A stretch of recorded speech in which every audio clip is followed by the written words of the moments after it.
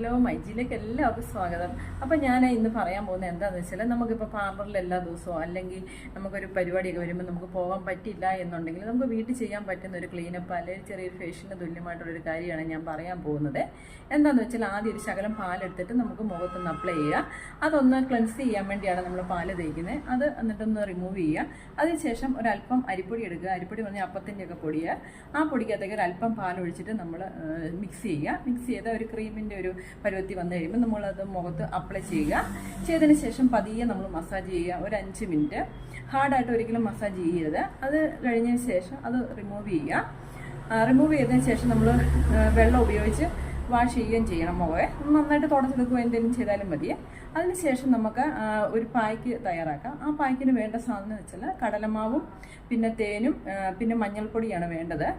ചില സ്കിന്നുകാർക്ക് മഞ്ഞൾപ്പൊടി പറ്റത്തില്ല, അപ്പോൾ അവരത് വേണ്ടാന്ന് വെക്കുന്നതാണ് നല്ലത്. കടലമാവും തേനും മാത്രം എടുക്കുക. ഇത് രണ്ടും കൂടെ മിക്സ് ചെയ്തതിന് ശേഷം, അല്ലെങ്കിൽ അത് മൂന്നും കൂടെ ചെയ്യാൻ പറ്റുന്നവരാണെങ്കിൽ അങ്ങനെ ചെയ്യുക. മൂന്നും കൂടെ മിക്സ് ചെയ്ത് അപ്ലൈ ചെയ്യുക.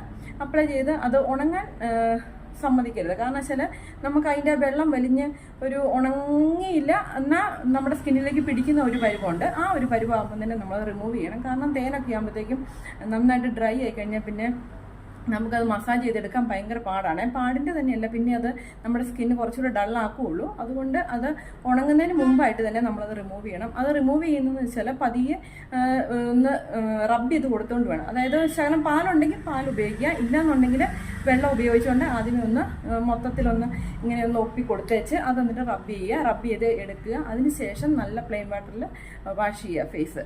ഇത് ഇങ്ങനെ ചെയ്ത് നോക്കുക. എല്ലാവർക്കും പറ്റുന്ന ഒരു റെമഡിയാണിത്. ഇതൊന്ന് ചെയ്ത് നോക്കൂ കേട്ടോ.